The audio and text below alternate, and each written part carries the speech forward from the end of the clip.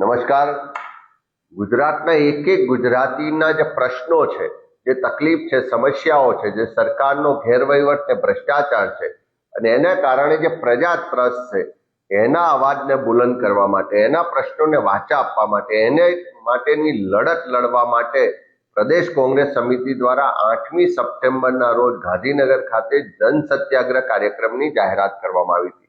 પણ આજે જે પરિસ્થિતિ છે, આખા ગુજરાતમાં ચારે તરફ ભારે વરસાદ વરસી રહ્યો છે, અનેક જગ્યાએ પૂરની સ્થિતિ છે, લોકોનું જીવન ધોરણ અત્યારે પ્રભાવિત થયું છે. એ સંજોગોને ધ્યાનમાં રાખીને આવતીકાલે જન સત્યાગ્રહનો કાર્યક્રમ મોકૂફ રાખવાનું નક્કી કરવામાં આવ્યું છે.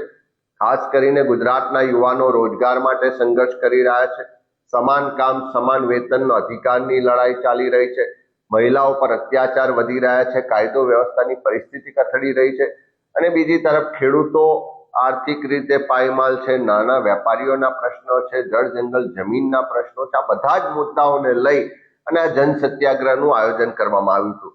પણ જે પરિસ્થિતિ વરસાદી માહોલને કારણે થઈ છે, ત્યારે અમે આ મુદ્દાઓને લઈને લોકો માટે લડવા કટિબદ્ધ છીએ અને આવનારા દિવસોમાં પણ ફરી જન સત્યાગ્રહ લઈ અને આવીશું.